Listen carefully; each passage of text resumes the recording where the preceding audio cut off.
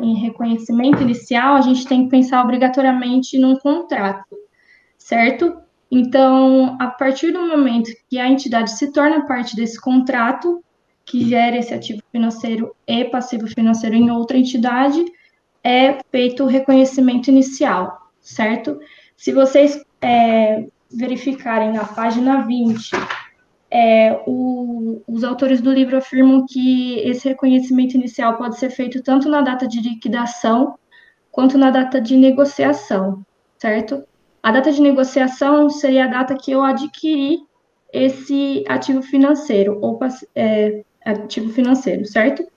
E se a gente for pensar na data de liquidação, é a data que eu efetivamente recebi esse ativo financeiro. Então, aqui, nesse slide, basicamente, eu peguei o conceito, né, de reconhecimento inicial e coloquei nesse slide para ficar um pouco mais visual para vocês. Então, a partir do momento que existe um contrato de instrumento financeiro, gerando esse ativo financeiro em uma entidade e passivo financeiro ou instrumento patrimonial em outra entidade, é feito o reconhecimento inicial. Então, alguns exemplos aqui para contextualizar vocês. Os recebíveis incondicionais. Então, a partir do momento que a entidade se torna parte do contrato, obtendo o direito legal de receber caixa, é possível fazer o reconhecimento inicial. As dívidas emitidas. Quando a empresa emissora é parte do contrato que obriga o pagamento de caixa a investidores, também é feito o reconhecimento inicial. No caso dos derivativos, eles são reconhecidos na data de contratação, certo? E nessa data de contratação, o valor justo pode ser zero. Por quê? Porque as obrigações e direitos são equilibradas em condições normais de mercado. E o que isso quer? E futuramente, né? Na mensuração subsequente, pode haver alguma variação desse valor justo que vai ter que ser registrada. Então, quando a gente fala de mensuração inicial de instrumentos financeiros, a gente tem que sempre pensar em valor justo, independente da categoria, certo? As categorias que nós temos é ativo financeiro a valor justo por meio do resultado, valor justo por meio de outros resultados abrangentes e o custo amortizado, certo? Valor justo por meio de resultado, a variação do valor justo é registrada no resultado. O valor justo por meio de outros resultados abrangentes, a variação é registrada no patrimônio líquido na conta de outros resultados abrangentes. E esse valor justo por meio de outros resultados abrangentes leva em consideração os custos de transação. Eu vou mostrar um exemplo para vocês para ficar mais claro. E o custo amortizado também leva em consideração os custos de transação. Aqui nesse slide de passivo financeiro, o que eu queria mostrar para vocês é só que o passivo financeiro não tem valor justo por meio de outros resultados abrangentes, tá? Mas o restante se mantém. Então, aqui pensando no exemplo, né, que está no livro, a empresa aplicou R$ 1.000 em títulos com alta liquidez, no momento em que incorreu em custos de transação de 50. Qual deve ser o valor de reconhecimento inicial do ativo financeiro se ele for classificado como valor justo por meio do resultado, ou valor justo por meio de outros resultados abrangentes e custo amortizado? Então, quando a gente pensa no valor justo por meio do resultado, ele não leva em consideração os custos de transação. Então, a gente vai registrar no valor justo mil reais, certo?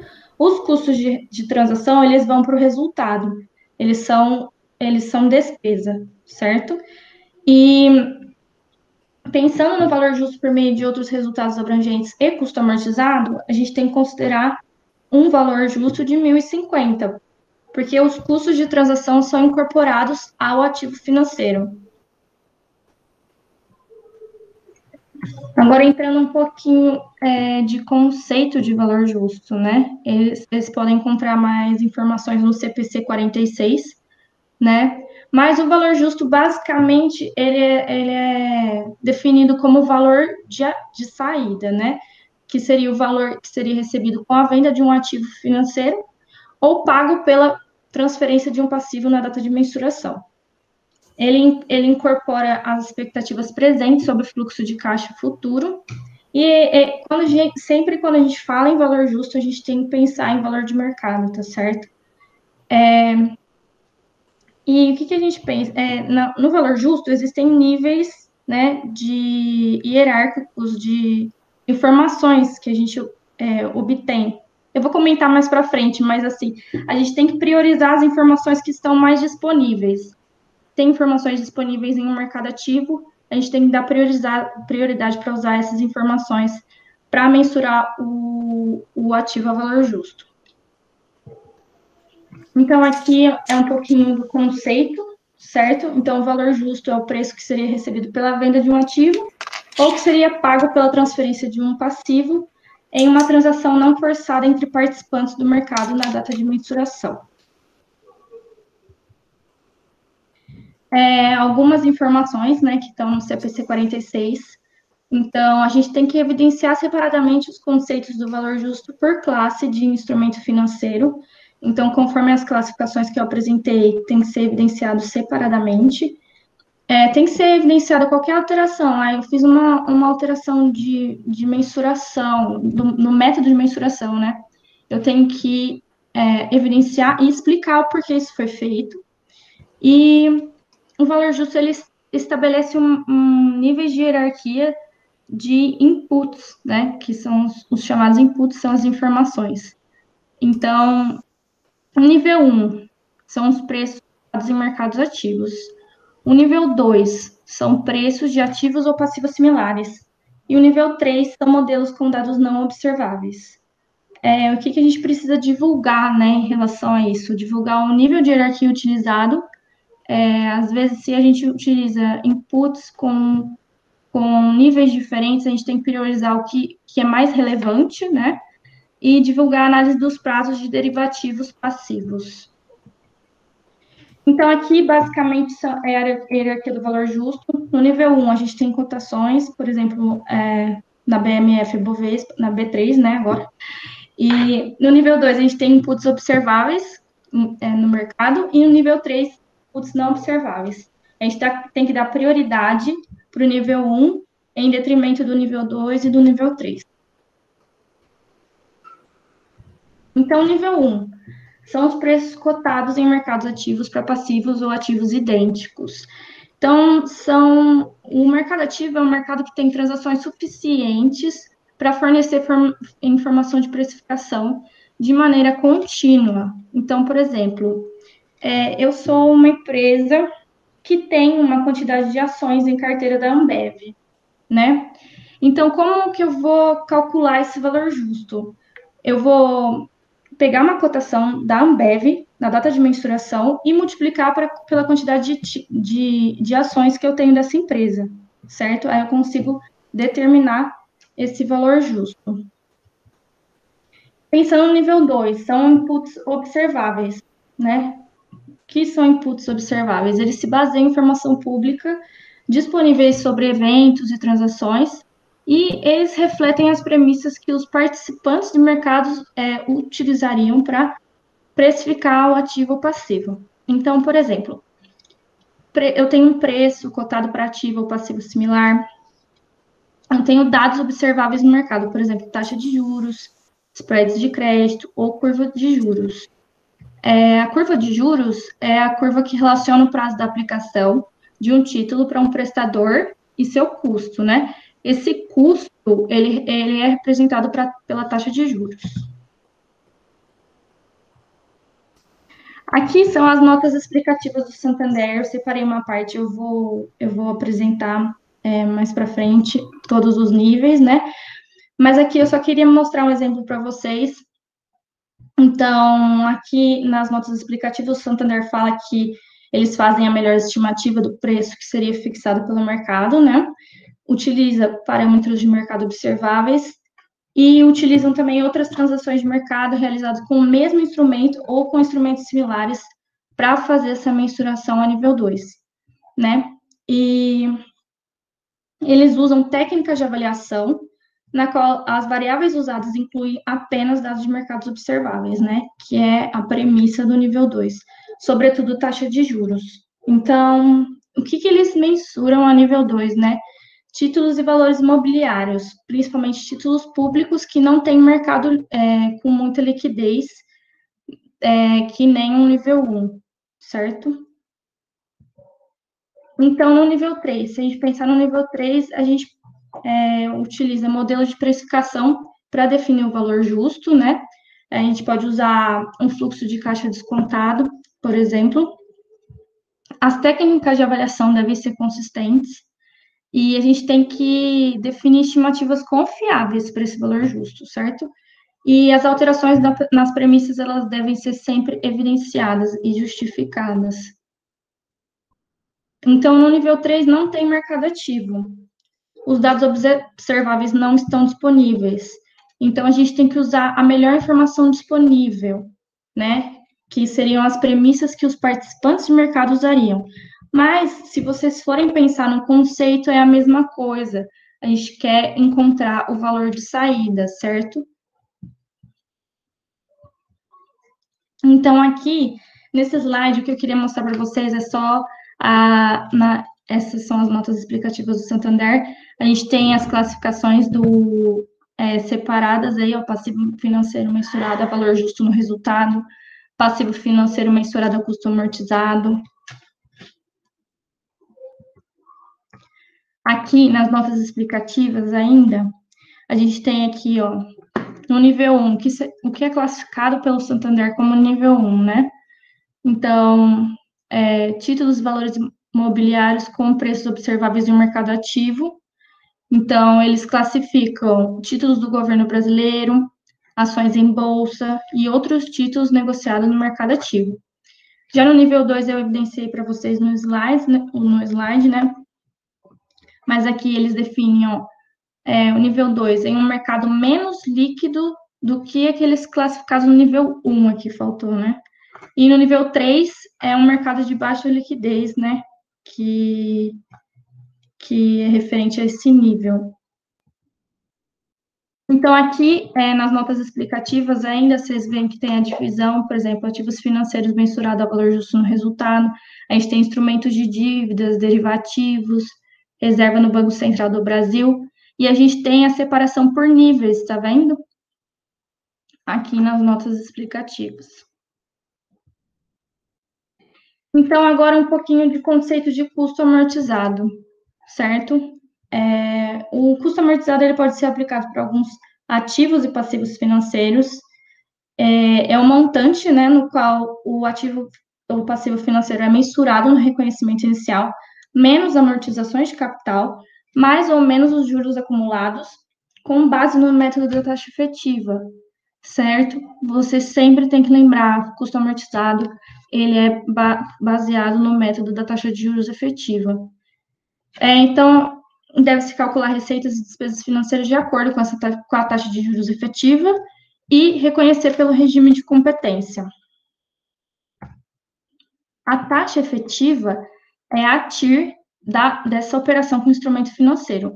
Então, é a taxa de desconto que, aplicada sobre os pagamentos e recebimentos futuros estimados ao longo da vigência do instrumento financeiro, resulta no valor contábil do ativo ou passivo financeiro. O que a gente vai considerar nesse custo amortizado, né? A gente vai considerar as comissões, custos de transação, prêmios e descontos. E agora eu vou entrar um pouquinho em custos de transação. Custos de transação, eles são aqueles custos que se a empresa não detivesse aquele instrumento financeiro, eles não existiriam, certo? Então, eles são relacionados à aquisição, à emissão, à alienação de ativo ou passivo financeiro.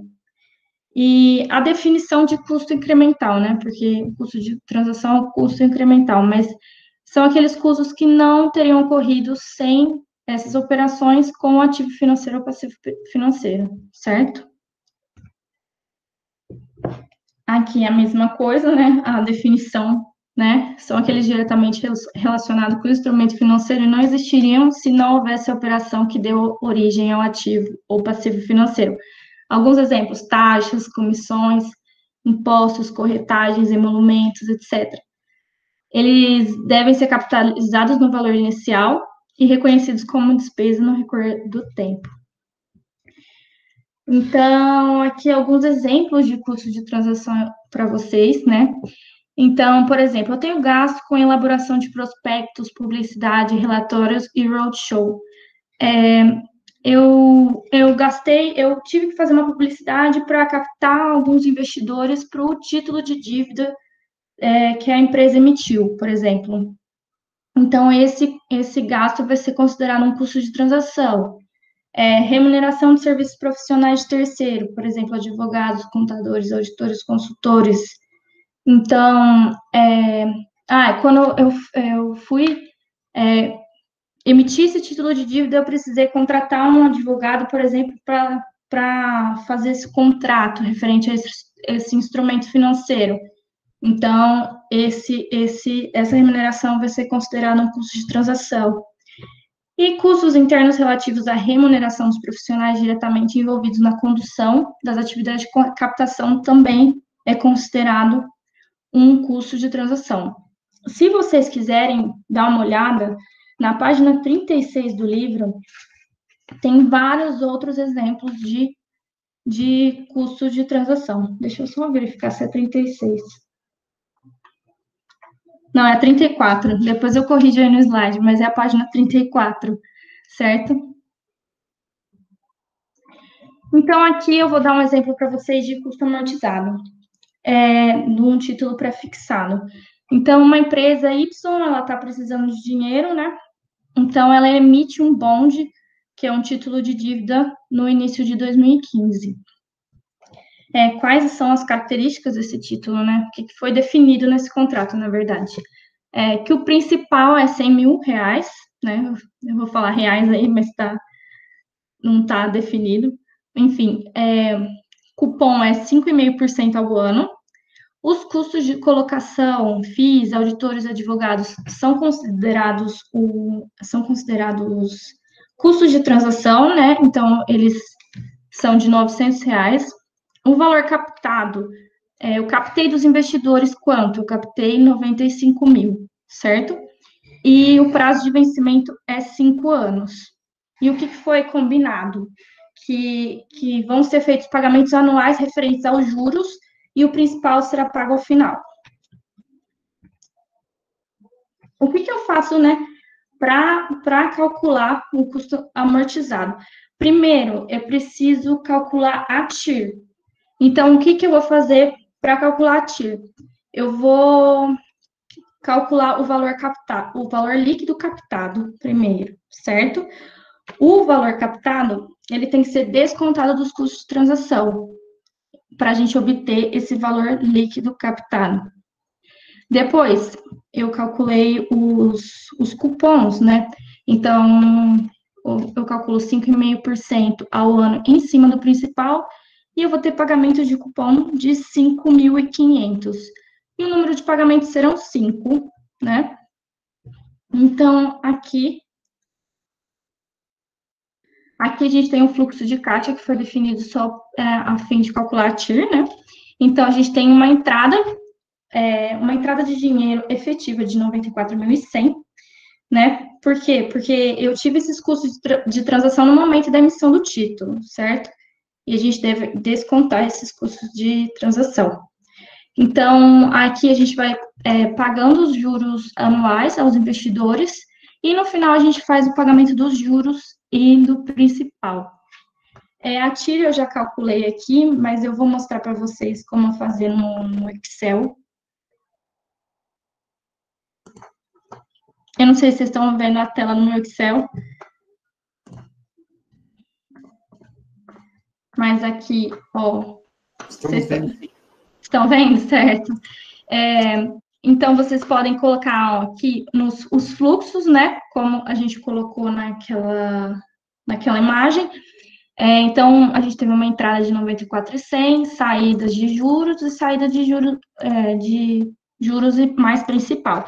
Então, para calcular a TIR no Excel, é muito simples, você vem aqui igual TIR, parênteses, seleciona todos os fluxos e dá um Enter. Aqui você vai ter o cálculo da TIR. Agora eu vou mostrar para vocês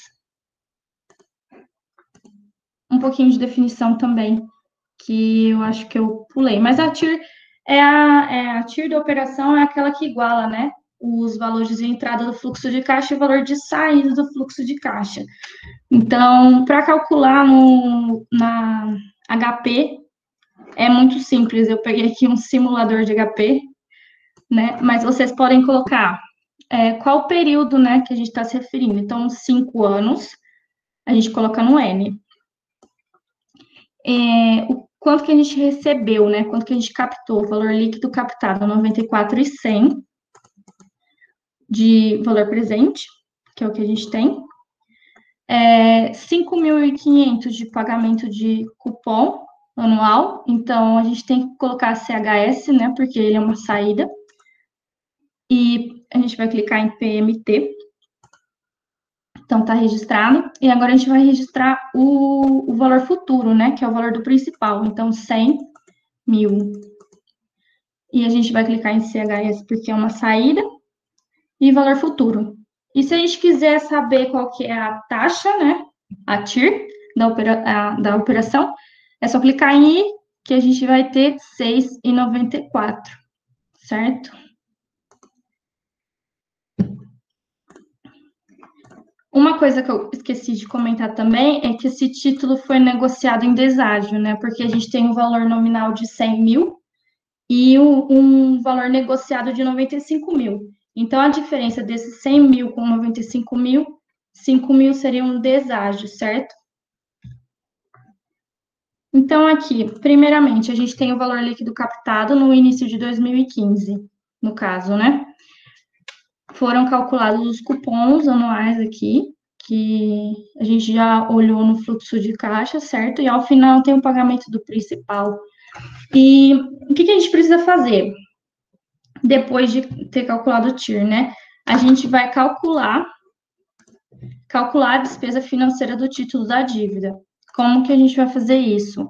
A gente vai fazer a TIR vezes o custo amortizado no início do período, certo? Então, vamos lá. Se a gente colocar 6,94 vezes 94.100, a gente vai ter 6.527,26. Se a gente descontar dos encargos financeiros os pagamentos de cupom, a gente vai ter a variação da dívida, né? E somando a variação da dívida com o custo amortizado no início do período, a gente vai ter o custo amortizado no final do período, que será o do início do período de 2016, aí o processo é o mesmo.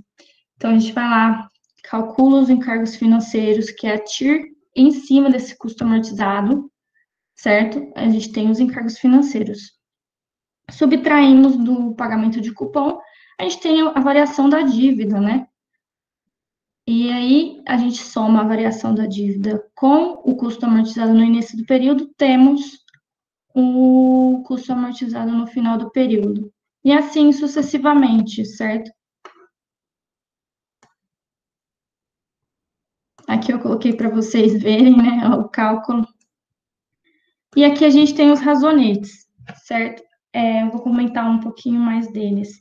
Então, como a gente faz a contabilização desses valores, né?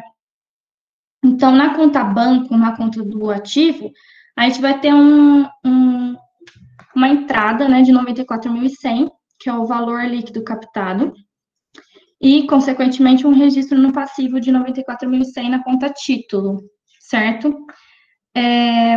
No final de 2015, a gente tem o registro, né, do pagamento de cupom, da saída do banco do ativo, que dá conta do ativo, né, de 5.500 anuais.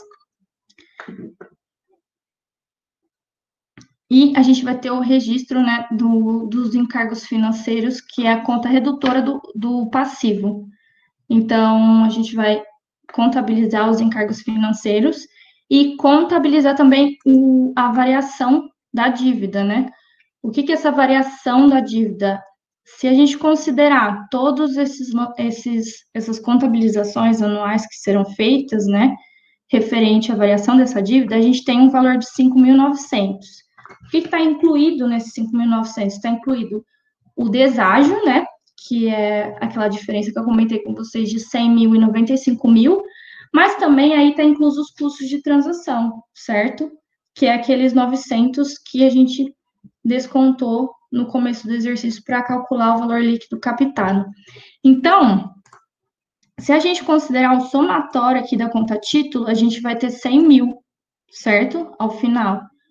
Que quando chegar em 2019, né, que eu tiver saído do banco, eu vou ter a saída desse dinheiro também da conta título, certo? Que aí vai. E também uma coisa que eu esqueci de comentar, que esses lançamentos de variação da dívida são referentes à amortização, né, desse título da dívida.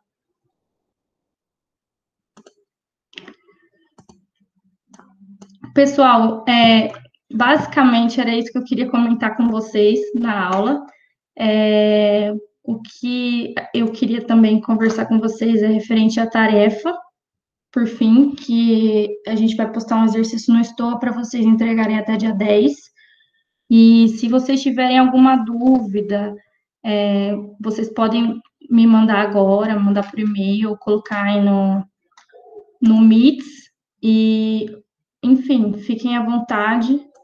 Mas o que eu queria comentar com vocês por hoje era isso.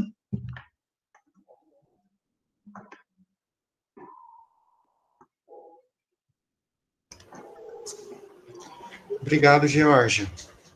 Obrigada. Pessoal, alguma pergunta, alguma questão que vocês gostariam de fazer para a Georgia?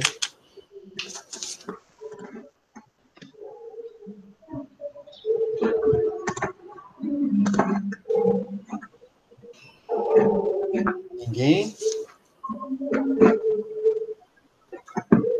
Bom, essa parte de reconhecimento inicial, ela é importante, pois ela começa, ela traz a discussão do valor justo e do custo amortizado, e a Georgia apresentou muito bem a questão do valor justo, a base de mensuração, a classificação, a divisão. O que foi comentado, antes que eu me esqueça, né, a Georgia comentou logo no início,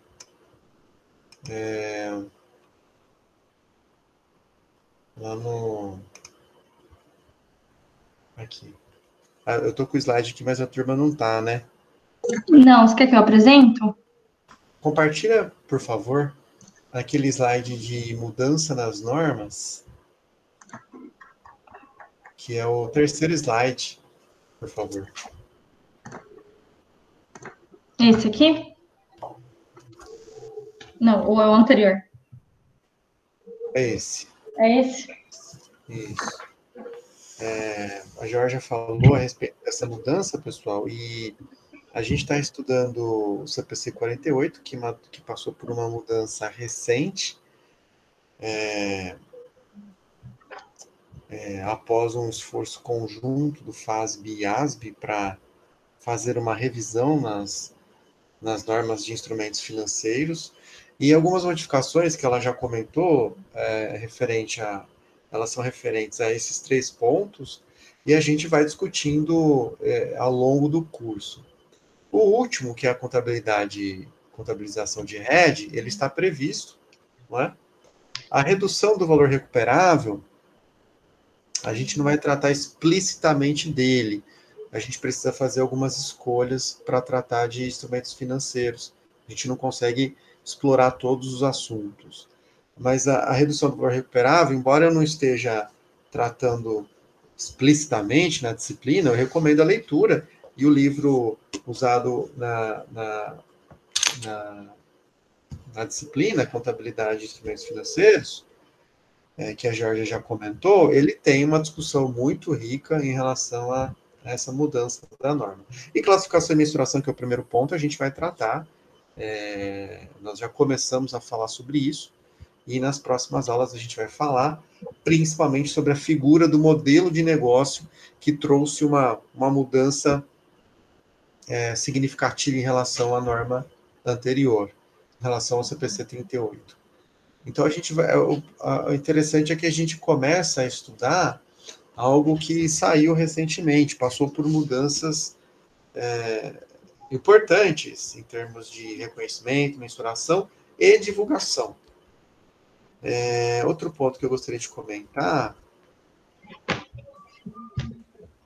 já fez um resgate, fez uma revisão de pontos muito interessante que a gente tratou na hierarquia do valor justo na pirâmide, Georgia. Você pode procurar esse slide novamente, por favor? Aqui. Isso. Nessa hierarquia, a Georgia comentou muito bem sobre as principais diferenças, e no caso de instrumentos financeiros, eu tenho um artigo, na verdade eu tenho 2 artigos, um sobre a mensuração de instrumentos financeiros em bancos nos Estados Unidos, e o autor fez um estudo basicamente sobre a qualidade da informação de valor justo, né, em relação ao valor justo divulgado por esses bancos. Então, o que eu achei interessante nesse estudo é que acontece com muita frequência, realmente, né? Você encontra com muita frequência ativos financeiros, passivos financeiros mensurados a nível 2 e nível 3, né? Tem alguns exemplos que são bem interessantes. Aí a Georgia trouxe o caso do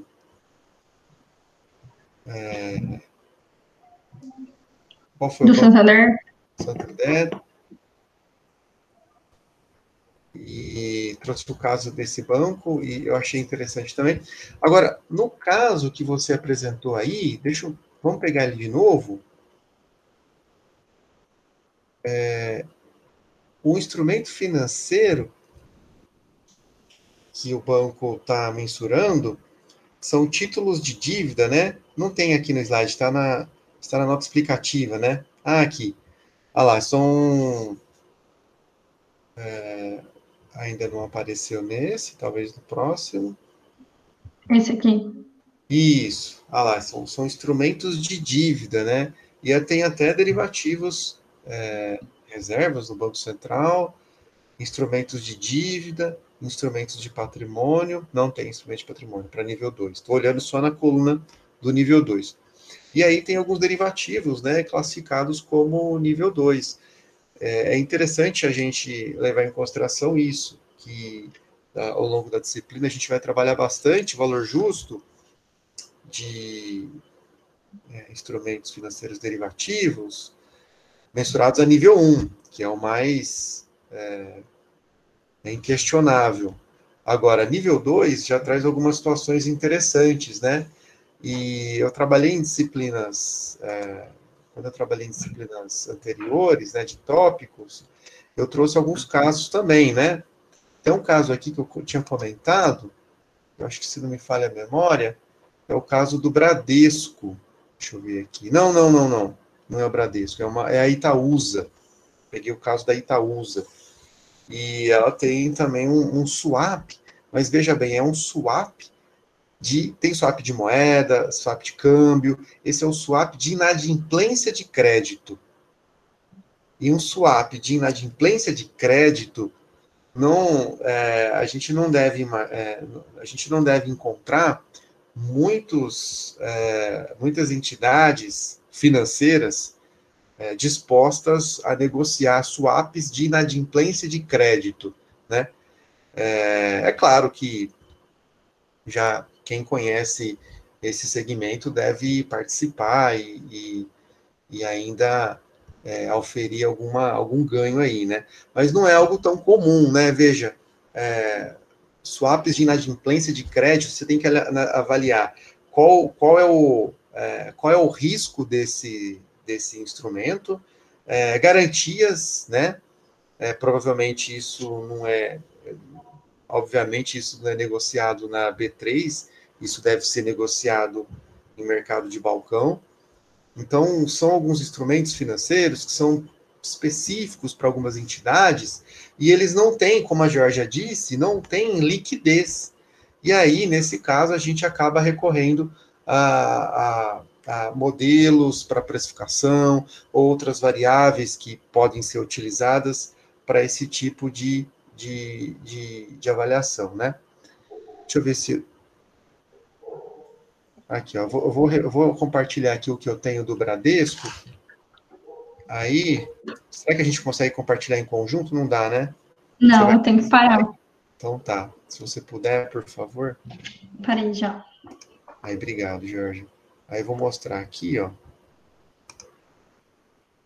do que eu tô falando.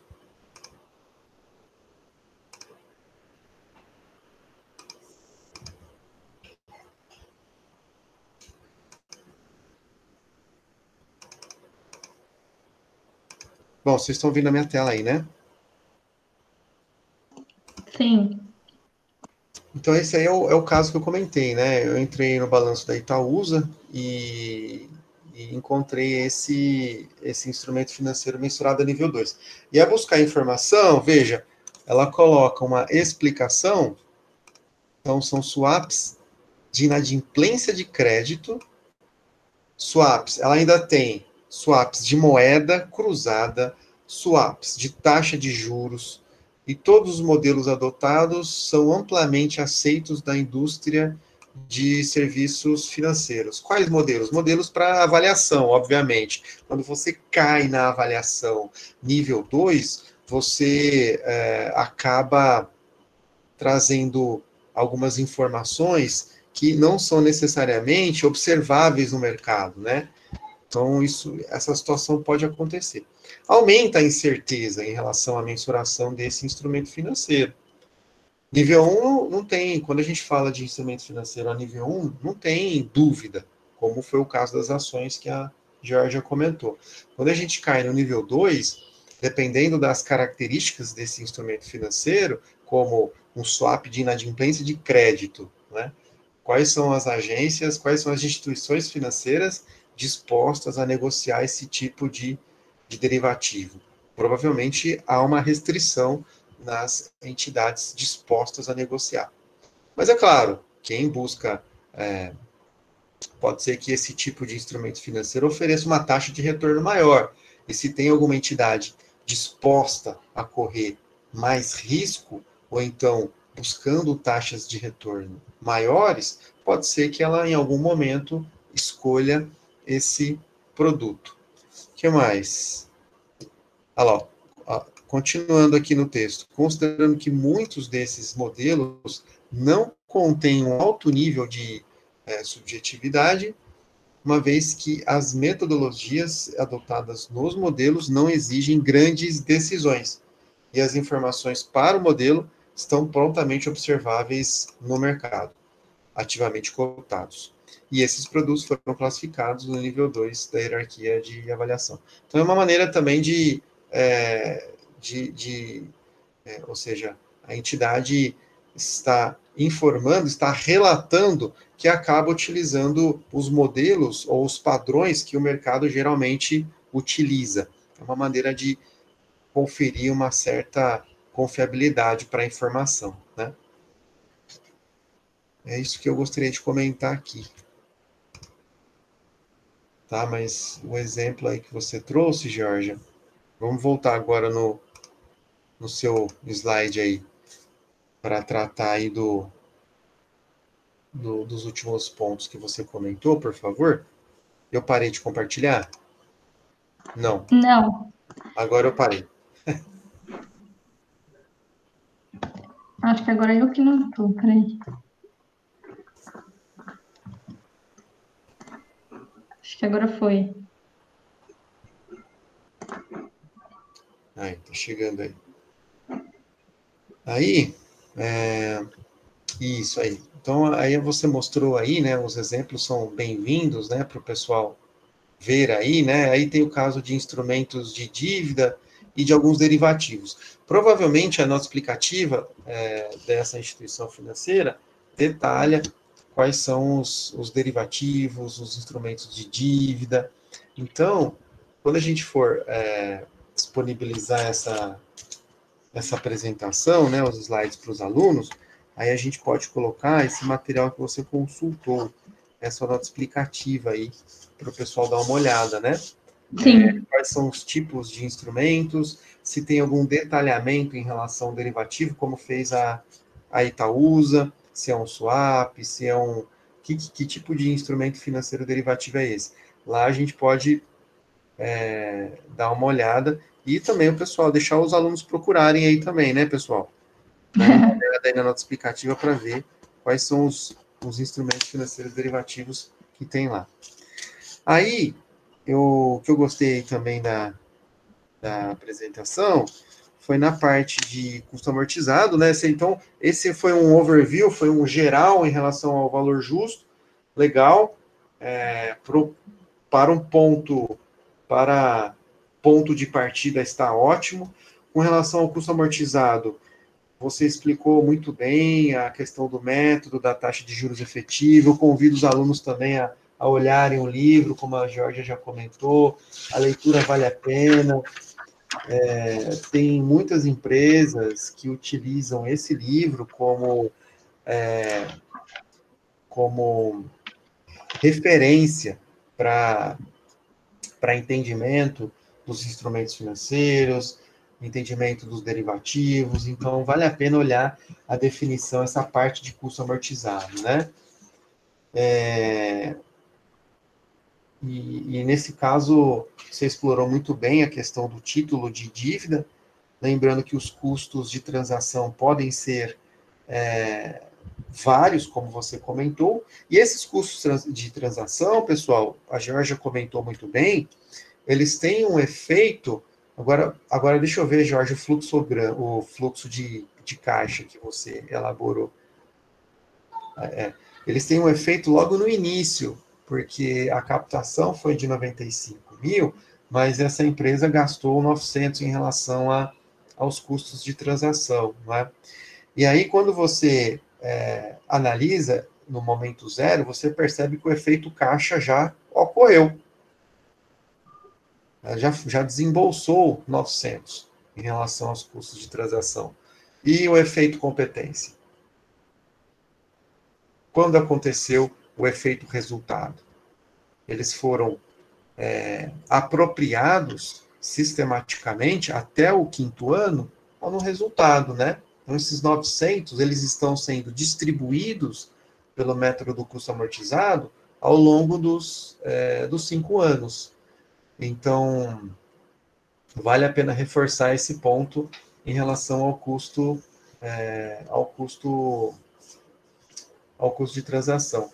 Então, pensou em custo amortizado, você tem que levar em consideração os custos de transação, lembrar da taxa de juros efetiva, que na verdade equivale a TIR, e vocês já estudaram TIR, que é a taxa interna de retorno. Vale a pena resgatar o conceito de TIR, que a Georgia comentou, para entender a lógica de se calcular a taxa de retorno. E pensando na TIR, ou na taxa de juros efetiva, simplesmente a gente aplica essa taxa de juros para calcular os encargos financeiros, como ela já mostrou. E a gente tem a separação. Qual é o cupom? O meu título paga 5,5, e a diferença é basicamente amortização, né? É basicamente atualização aí da minha dívida em relação a essa diferença que nós temos entre registro inicial e os 100 mil, né? Já que foi um título aí negociado com deságio, como ela já comentou. Então, basicamente é isso. Eu achei bem interessante aí o exercício, né? O exemplo, né? A gente vai aplicar uma tarefa aí para vocês colocarem tudo isso em prática, né? Que é o exercício 4. E logo mais a gente posta os slides e o exercício para vocês aplicarem aí. Detalhe, presta atenção, todos os ativos financeiros e passivos financeiros mensurados a custo amortizado podem passar pelos mesmos passos, inclusive contas a receber. Um contas a receber, você tem uma previsão de fluxos de caixa. E esses fluxos de caixa, quando você vai pensar na apresentação do seu contas a receber, eu até tenho um exemplo sobre isso, né? É mais um exercício complementar, né? Quando você vai apresentar o seu contas a receber, sua conta de clientes, você vai apresentar ela valor presente. Você não vai apresentar valor nominal, né? Então, você aplica qual base de mensuração? Você não vai aplicar o valor justo, você vai aplicar o custo amortizado. Você já tem fluxos definidos para determinadas datas, trazendo tudo isso a valor presente, né? Você também vai ter uma taxa de juros aí, né? Então, assim, vale a pena entender muito bem a sistemática do custo amortizado, porque ele é aplicado não apenas a investimentos financeiros, títulos de dívida, ele pode ser aplicado também a um simples contas a receber aí, né? Tá certo, pessoal? Mais alguma dúvida? Muito bom. E o livro aqui ele também está recheado de exemplos, ilustrações. A gente não vai conseguir explorar tudo, obviamente, em função da restrição do tempo aí, né? Tá ótimo, né? Então, considerando que a gente tem um tempo aí, a gente pode ir para aquela atividade lá, né, do Kahoot, que é referente ao filme, né? Então, a gente encerra essa primeira parte da aula. Eu agradeço novamente a Geórgia. E aí a Eu que gente... agradeço. Obrigado. E aí a gente vai para o filme A Grande Aposta. O exercício 3, como eu já comentei, vou retomar ele na próxima videoaula, vou comentá-lo. E agora a gente fica aí com o filme, né? Eu tinha pedido para vocês assistirem, justamente pelos instrumentos financeiros que são tratados no filme. É claro que a gente não precisa explorar detalhadamente todos os instrumentos financeiros, mas pelo menos saber se é um swap, se é uma opção, se é um futuro. Então, é interessante fazer esse raciocínio, né? E até também pelo que aconteceu no filme aí, né? Que deixou a gente perplexo, né? Em relação às proporções que a coisa tomou, né? Então é o seguinte, o primeiro passo, vamos lá, o primeiro passo é entrar aqui no site, vou digitar aqui o site. O site que a gente vai ter que acessar. O Kahoot, pessoal, ele oferece diversas ferramentas que o professor pode utilizar. Inclusive quiz, questionários. E nesse filme eu preparei, basicamente, 12 questões a respeito do que aconteceu no filme. Então, é justamente para testar se você assistiu o filme ou não, tá? E no final do jogo, no final do game, tem uma premiação, né, para os 3 primeiros colocados. Então, se você ficar em primeiro lugar, segundo lugar ou terceiro lugar, tem aí uma premiação, né? Depois eu falo qual é. Que mais? Então, primeiro passo é você acessar. Aí depois eu vou te dar um código. Você vai digitar o código. Que mais? Você vai colocar o seu nome. Vai aparecer um campo aí. Você pode jogar tanto pelo celular quanto pelo computador, né? Eu recomendo que você jogue pelo... Eu acho que é bom você jogar pelo celular, tá? Por quê? Eu acredito que as questões ou alguma coisa vai aparecer aqui na minha tela e por isso que eu vou compartilhar a tela com você, tá? Inclusive eu já vou começar até o compartilhamento agora. Ao iniciar o jogo, eu acredito que você vai precisar consultar a minha tela e aí você responde no celular, tá? E aí eu vou clicar em Start e a gente vai começar o jogo, tá? Um outro recado aqui, cuidado para a tela do celular não apagar. Se a tela apagar, pode ser que você perca aí o jogo, tá? Deixa eu ver aqui. Então, agora só tá... Vocês estão visualizando a minha tela? Sim. Legal. Então, vamos lá. Eu acho que é esse aqui.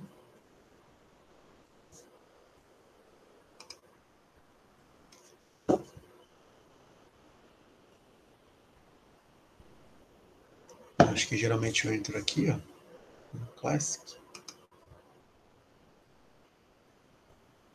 Aqui.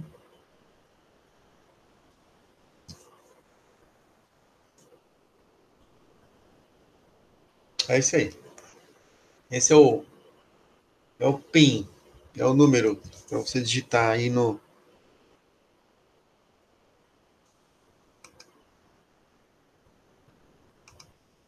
sua tela.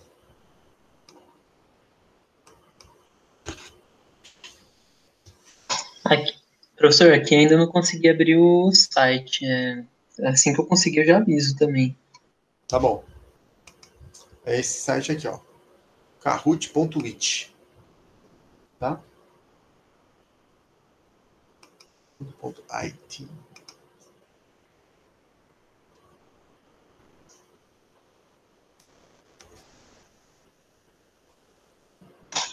Pelo celular não abriu. Pode ser pelo computador mesmo? Pode ser, eu acho que sim. Talvez você tenha que ficar mudando as telas só. Para ver a Não. minha tela e ver a sua Abriu tela. agora aqui no celular. Agora vai. Ah, então tá.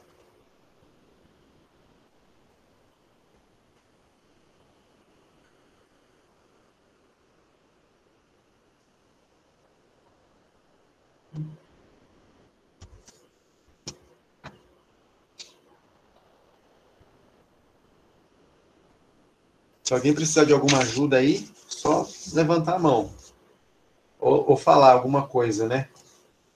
Falar.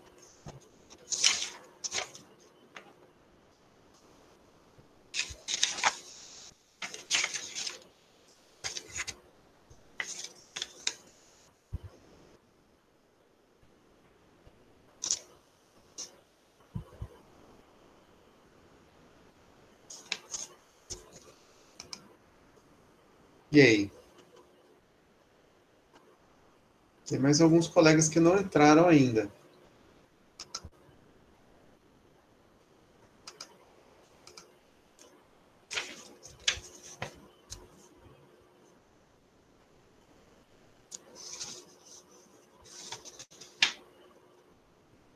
Esperar só mais um minutinho e a gente começa. Cadê o resto da turma? Faltando 4.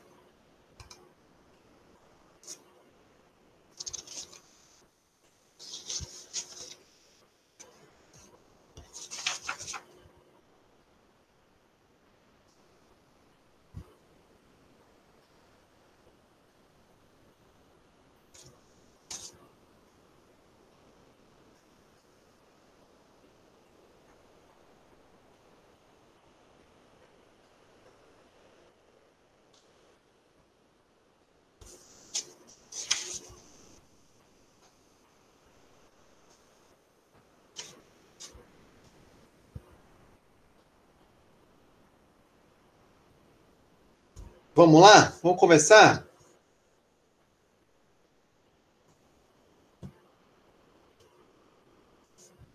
Começar então, hein?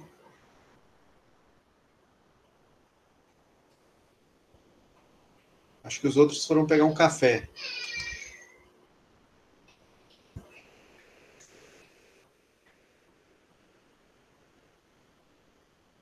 Os CDOs.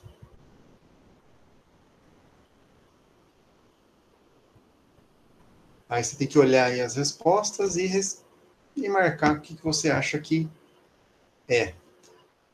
A gente tem um tempinho aí, ó. 8, 7, 6, 5, 4, 3, 2, 1. Não deixa muito para o final, pessoal, pois a última vez que eu apliquei, tinha um delay. Né? Tinha um delay. Então não deixa muito para o final. Aí a maioria respondeu, são instrumentos de securitização lastreados em hipotecas. Correto? Correto. No final a gente pode comentar essas respostas aí, né? Vamos comentar todas. Vamos ver quem está na frente aí. É o Daré. Quem que é o Daré, hein? Daré?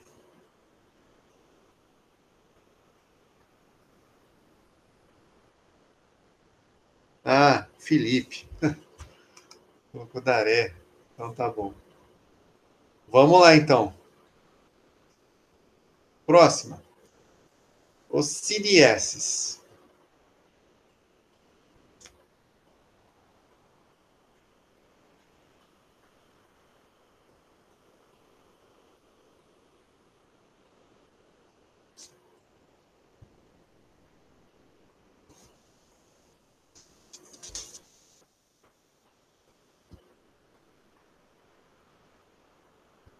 Ó, 3 acertaram. São instrumentos para transferência de risco de crédito.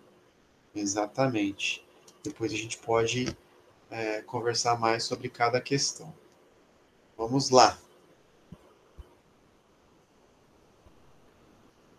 O Felipe está na frente, o Vitor Regina assumiu aí a segunda posição.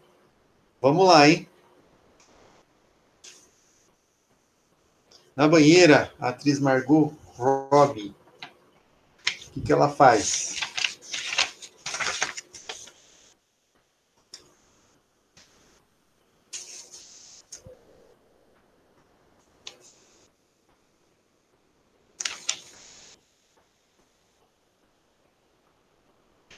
Duas pessoas acertaram. Ela explica a criação de Lewis Renier. Exatamente. As outras não estão corretas. Next. Vamos lá. O Felipe está na frente aí, ó. Continuando.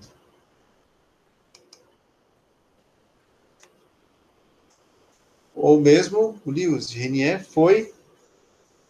Quem ele foi?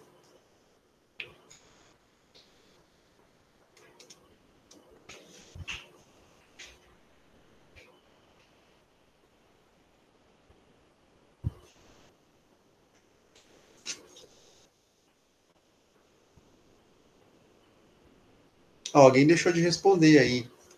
Foi o criador dos títulos hipotecários. Exatamente. Olha, detalhe, hein? Aquele que respondeu mais rápido, ele tem uma pontuação diferente. A pontuação é maior. Então, se você responde mais rápido, você faz mais pontos. Tudo bem? Quem está na frente ainda é o Felipe. Temos em segundo o Vitor e o terceiro o Guilherme. Vamos lá, hein? Professor? Oi. Só um minutinho. O Edeilton aqui, tudo bem? Tudo bom? Tudo. Professor, eu tô com um problema aqui, entendeu? Eu tô marcando, mas quando eu clico, parece que tem um tempo que não tá indo a resposta, alguma coisa assim, entendeu? Você tá Tô pelo celular Tá no e tô celular. acompanhando. Olha, minha sugestão, isso foi relatado na última, alguns alunos relataram na última aplicação, em teoria. E a minha sugestão foi tentar responder mais rápido possível, não deixar para o final. Tá bom. Possível, né? Obrigado. Possível, né? Tá certo? Obrigado, valeu. Nada. Então vamos lá, boa sorte a todos aí. Vamos lá, Edeilton, responde mais rápido que quem sabe vai dar certo. Aí depois você fala. Michael Burry foi?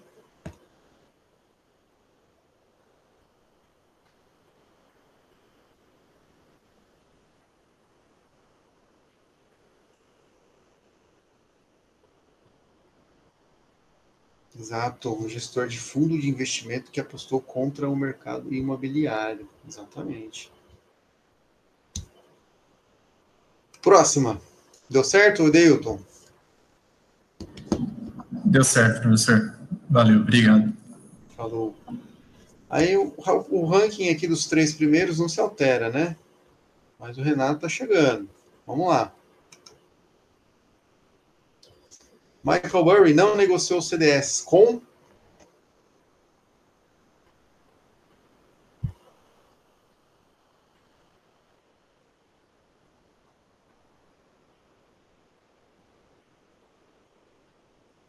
Morgan Stanley, isso aí. Com Morgan. Muito bem. Apareceu no filme, né? Na negociação do Michael Burry com várias agências, não apareceu o Morgan. Isso foi descrito, né? Isso foi retratado no filme. O que mais? Como está o ranking aqui, hein? Ó, o Guilherme já assumiu a segunda posição aqui e parece que ele vai chegar em primeiro, hein? Vamos ver. O Renato caiu aí.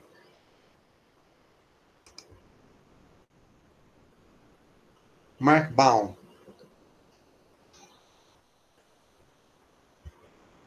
Vamos lá.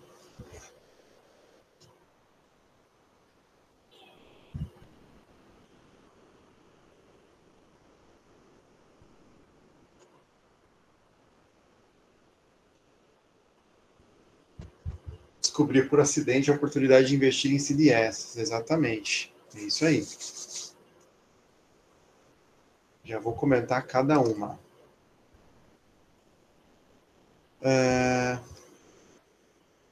Guilherme está aqui em segundo, né? E o xará dele está aqui em terceiro. O Renato está lá em quarto. Aqui em terceiro está perdão. O Vitor Regino está em quarto e o Renato em quinto. Aí. Vamos lá agora, hein? Vamos mexer nesse ranking aí. A SEC.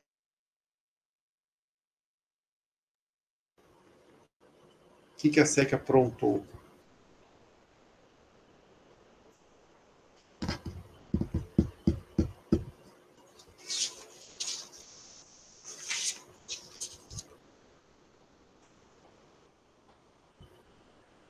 Não está investigando o mercado de títulos hipotecários. Corretíssimo.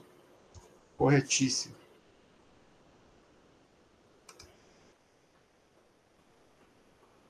Sem muitas alterações. Próximo.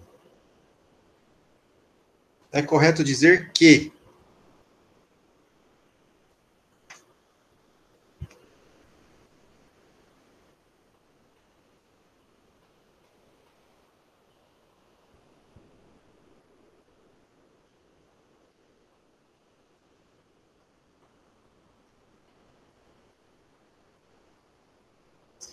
Karim Ducret foi o único banqueiro preso. É isso mesmo, essa é a resposta esperada. Na sequência, teve alguma mudança aí, ó. Vamos lá. 10ª questão. Jarrett Venet. Quem foi Jarrett Venet?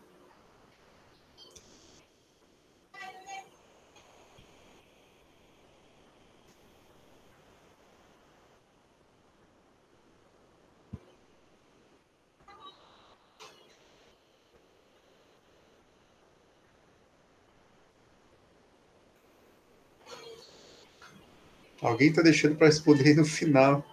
Quase que não conseguiu agora, hein? Apresentou uma estratégia para haverá vendido CDS. Isso mesmo. Exatamente. Exatamente. Essa aí é a resposta esperada, né? Tá? Legal. Vamos para a penúltima, hein? Vamos lá. É incorreto dizer. O que é incorreto dizer? Correto.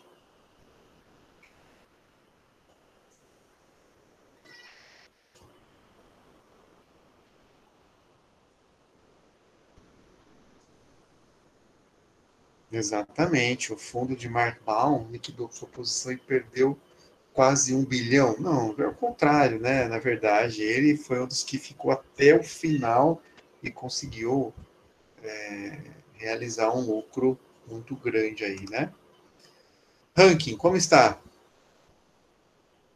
Felipe na frente, o Guilherme em segundo e o Charada. O Guilherme Nogueira, é isso? Deve ser Nogueira. Não tenho certeza. O Guilherme... É Nogueira, professor. Ah, Nogueira. Em terceiro lugar aqui. Vamos lá, então, hein? A última. Sobre as agências de risco.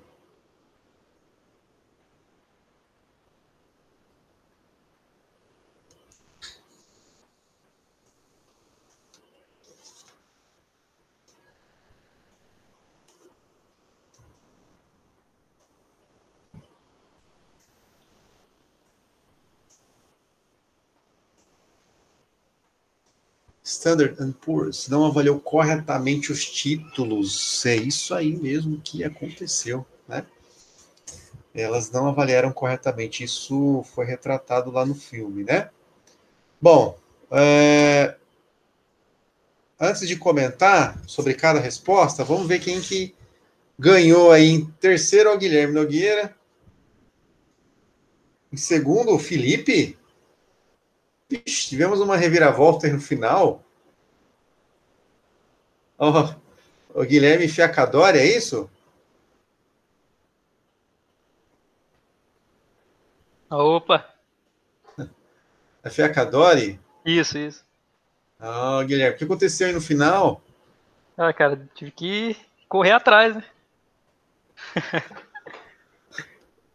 Ô, Felipe, você errou essa última questão?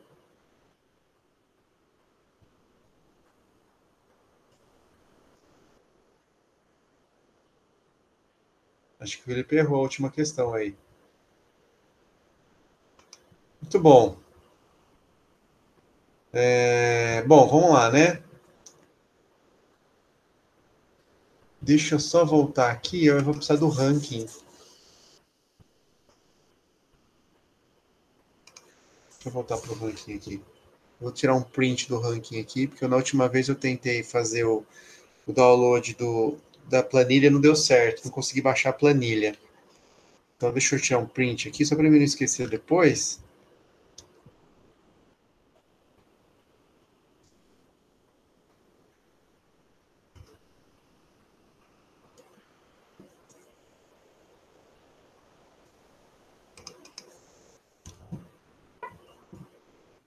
Beleza. Tá feito. Então vamos lá. Vamos ver se eu vou conseguir agora. Da última vez eu não consegui.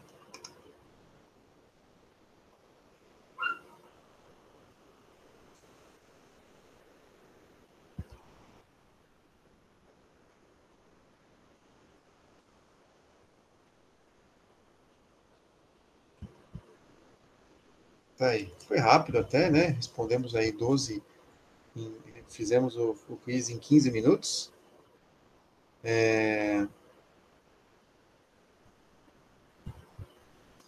Edeilton não conseguiu terminar, é isso?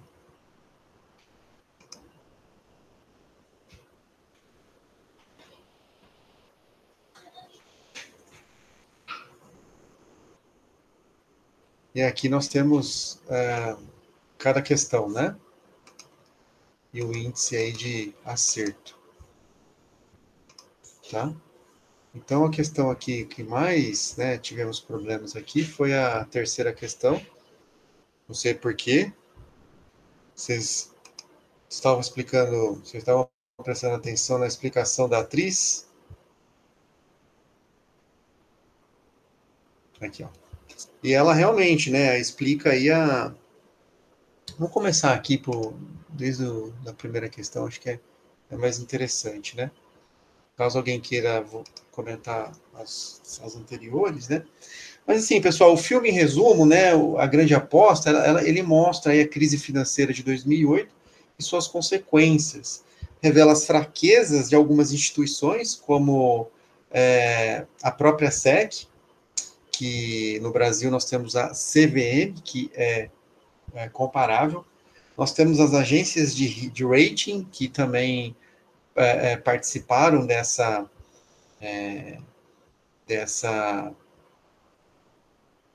como eu posso dizer, tiveram a sua participação a não avaliar corretamente os títulos. As auditorias que não conseguiram identificar nas demonstrações contábeis de bancos e de fundos de investimento os riscos, a exposição de algumas entidades. Então, as auditorias que não conseguiram fazer um bom trabalho em relação a isso, né? Os próprios bancos de investimento, né? Então, nós tivemos, quando a gente pensa na crise financeira de 2008, a gente pensa em vários envolvidos, em várias entidades, e cada uma com a sua participação, desde a SEC até os próprios bancos de investimento que sempre, alimentados pela ganância, buscaram vender e buscaram fomentar esse mercado dos títulos hipotecários. E cada um tem a sua participação. A falta de regulamentação para o setor de títulos hipotecários e a falta de informação para os próprios investidores também são pontos que eu gostaria de comentar. A questão da regulamentação no mercado norte-americano, a gente tem o desenvolvimento de algumas áreas, a gente vai comentar até no filme da Enron sobre o mercado de energia, sobre a bandeira da desregulamentação que foi levantada para o mercado de energia. Então, em alguns setores, em alguns segmentos, você tem os reguladores deixando os players ou as entidades mais livres em relação à construção de produtos, em relação a negociações, né? No caso dos títulos hipotecários, houve uma flexibilização do regulador, permitindo que esse mercado crescesse muito e sem o devido, sem a devida atenção, ou então permitindo que as agências ou os bancos de investimento vendessem produtos que, na verdade, bem avaliados, que, na verdade, eram títulos com alta capacidade de inadimplência, né? Então, assim, tem esse problema da regulamentação, que a gente não precisa se aprofundar, mas houve falha na regulamentação desse mercado, em função do que foi vendido e não correspondia à realidade. É a história do gato por lebre. A divulgação de instrumentos financeiros derivativos, que foi pobre e insuficiente naquele período. Se a gente realizar um estudo, a própria divulgação dos instrumentos financeiros e a exposição das entidades ou dos fundos de investimento, elas não eram totalmente apresentadas nas demonstrações contábeis. E os auditores fizeram o trabalho, né, sem colocar isso aí em xeque, né? Então, são esses pontos que eu gostaria de comentar rapidamente. Uma contextualização rápida a respeito do filme. Com relação às questões, a primeira, né, os CDOs são instrumentos de securitização lastreados em hipotecas, eles foram comentados no filme. Não tem nenhuma relação aí, as outras questões, elas realmente estão erradas, né? Então, o pessoal que respondeu, são carteiras de crédito imobiliário. Não, as carteiras de crédito imobiliário, muitas vezes, foram utilizadas como funding dos títulos, né? Então, títulos foram emitidos e as carteiras de crédito imobiliário foram utilizadas como funding, como garantias. Então, essa é a explicação para a segunda. Aí são acordos bilaterais entre compradores e vendedores para proteção de crédito? Também não. Esse não é o objetivo dos CDOs, né? Professor, Oi. dentro desses CDOs, eles só tinham títulos hipotecários ou eles tinham outras dívidas dentro também para criar a CDO, para aumentar o volume deles? Por exemplo, dívida estudantil de faculdade, assim, dívida de cartão, eles não misturavam essas dívidas junto para criar CDOs. Não, pelo que eu entendi, né, pelo relato do filme, né, nós estamos falando apenas do mercado imobiliário. Não lembro de outras dívidas de naturezas diferentes, sendo utilizadas para confeccionar os CDOs. Vocês ouviram alguma coisa assim? Não, pelo filme realmente ele não fala isso, né? Mas eu fiquei só na dúvida porque eu pensei que fosse um jeito deles inflarem, né? Já que são compostos por milhares de títulos hipotecários, se eles inserissem outros tipos de dívidas lá também, né? Mas foi só um pensamento, só não. Porque pelo Então, filme realmente eles não falam nada nesse sentido. E eu assisti o filme recentemente, eu não lembro dessa parte. Mas é claro que o ideal seria buscar algum artigo técnico que retratou a crise financeira e comenta os principais instrumentos financeiros derivativos utilizados. E, nesse caso, eu vou olhar e se eu encontrar alguma coisa sobre outras dívidas que entraram nos CDOs, eu vou comentar com você depois. Quem que estava falando? O Guilherme, o Nogueira. Guilherme, então, eu não lembro nesse momento. Eu vou consultar o material que eu tenho para ver se tem outras dívidas. E aí depois eu te falo. Pode ser? Beleza, obrigado. Não, foi só mais curiosidade que eu pensei, como são muitos, milhares de títulos, eu falei, vai que eles também sacanearam um pouco mais e inseriram outros tipos de dívida para aumentar, né, o volume. Eu não ficaria surpreso. Legal. Então, os CDOs, basicamente, como foi retratado no filme, são instrumentos de securitização lastreados em hipotecas com garantia real sobre os bens. E, obviamente, eles foram adicionando dívidas que tiveram origem, né, justamente aí devido a dificuldades de outras pessoas pagarem o banco, né? Então, os CDOs, eles não são, eles têm a sua participação no filme, né? Mas o que chama mais atenção aí e que muitos investidores e muitos fundos que perceberam antes da bomba estourar foram os CDS aí, né? Eles têm maior participação, que esse eu acho que já está no próximo, na questão 2 aqui, se não me falha a memória. Aqui, os CDS, né? Eles são aí instrumentos para transferência de risco, né? Eles funcionaram como uma espécie de swap, né? Então, eu tenho até aqui, ó. Eu tinha preparado aqui para discutir aqui com vocês, né? Aí, lembrando aqui que o swap é um derivativo de proteção, uma troca de risco, né? Então, você tem do lado esquerdo aqui o detentor da carteira de crédito, né? Ou títulos hipotecários. E, nesse caso, o Michael Burry, ele comprou, aquele que previu a crise, ele comprou um seguro contra o calote. Ele comprou esses CDS aqui de títulos hipotecários, né? O que ele está negociando com os bancos de investimento, que são os vendedores dessa proteção?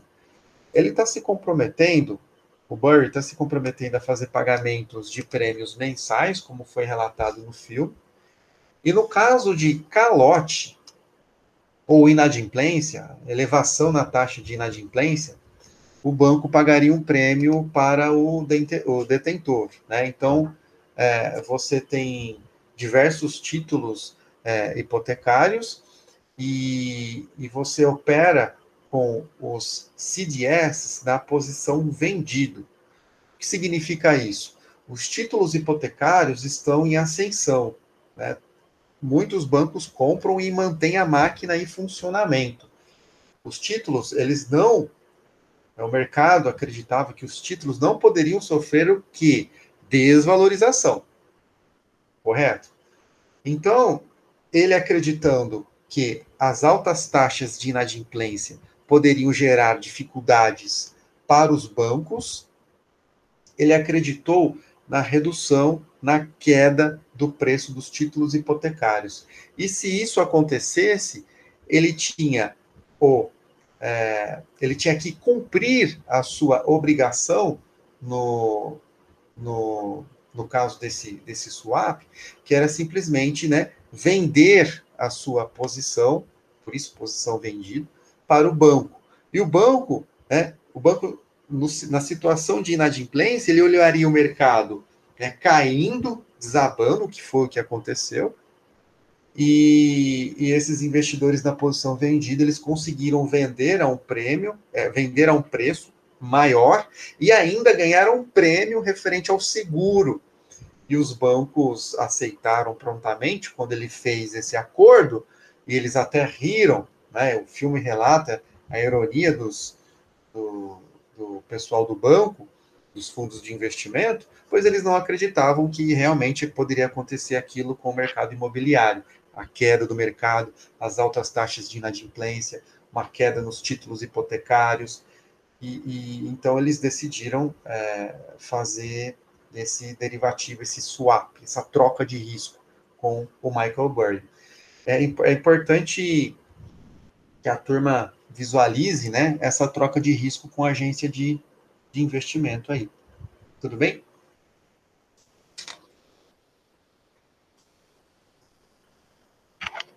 Alguma dúvida aí, pessoal?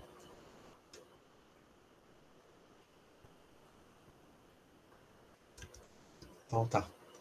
Então, basicamente é isso, né? Então, não são opções de venda, como alguns alunos colocaram aqui. Não são opções, são swaps. Troca de risco. É um seguro, né? E o Michael Burry e outros investidores apostaram contra o mercado imobiliário, ou seja, eles apostaram na queda dos títulos hipotecários, na queda do mercado. Esse da atriz Margot, ela explica a criação de Lewis Genier, que foi basicamente qual foi a criação dele, está na quarta questão. Ele comentou no início do filme, na verdade ele foi considerado o arquiteto dos títulos hipotecários, então isso aparece, isso é relatado no filme, aqui não vi problemas. E na sequência nós temos Michael Burry, ele foi realmente um gestor de fundo de investimento, a maioria acertou, que apostou contra o mercado imobiliário, sem maiores problemas nessa. A questão do CDS, o Burry não negociou com o Morgan, e com o Beer ele apostou, né? Na verdade, ó, tá aparecendo aqui o Beer, mas apareceu ele fazendo a negociação com o pessoal do Beer. Com relação ao Mark Baum, ele descobriu por acidente, realmente. Ele não investiu milhões em CDOs, ele descobriu o CDS, investiu milhões em CDS.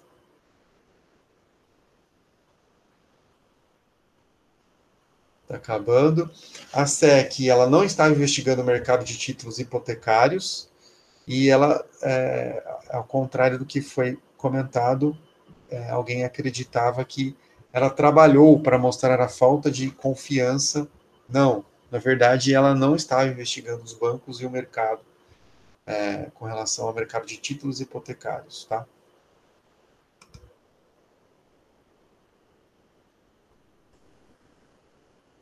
E aí, com relação é correto dizer, a maioria acertou aqui, né, que o Karim foi o único banqueiro preso, isso foi relatado no filme. O ex-presidente do Fed, Alan Greenspan, previu a crise imobiliária de maneira nenhuma. Ele acreditava no mercado, na solidez do mercado. Então, não. O Venet, ele apresentou uma estratégia para operar vendido em CDS e ele acreditava, na verdade, que as taxas de inadimplência poderiam subir. Por isso que a primeira está incorreta. Tá?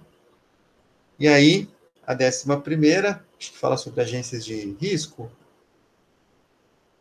Não lembro agora, vamos ver. A 11ª fala sobre o quê?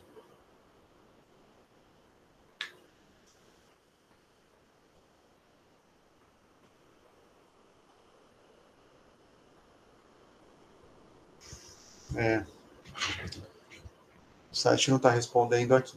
Mas a 10ª, não sei se é a 11ª ou a 12ª, elas retratam sobre, elas falam sobre agências de rating, e elas não estavam fazendo o devido trabalho. Foi relatado no filme que se elas não fizessem uma boa avaliação dos títulos para aquele banco poderia procurar outra agência, ou seja, o concorrente para fazer a avaliação. Então isso foi relatado no filme também. A outra questão eu não lembro, mas houve algum problema no site e nós já estamos no final da aula, portanto, cumprimos o objetivo de hoje e na próxima aula a gente segue o cronograma do curso. Tá bom, pessoal? Qualquer dúvida, qualquer problema, pode enviar e-mail que a gente responde, nós estamos aí à disposição. Obrigado a todos e tenham uma boa noite. Obrigado, professor. Boa noite. Boa noite, professor. Obrigado, boa noite. Tchau, tchau. Boa noite.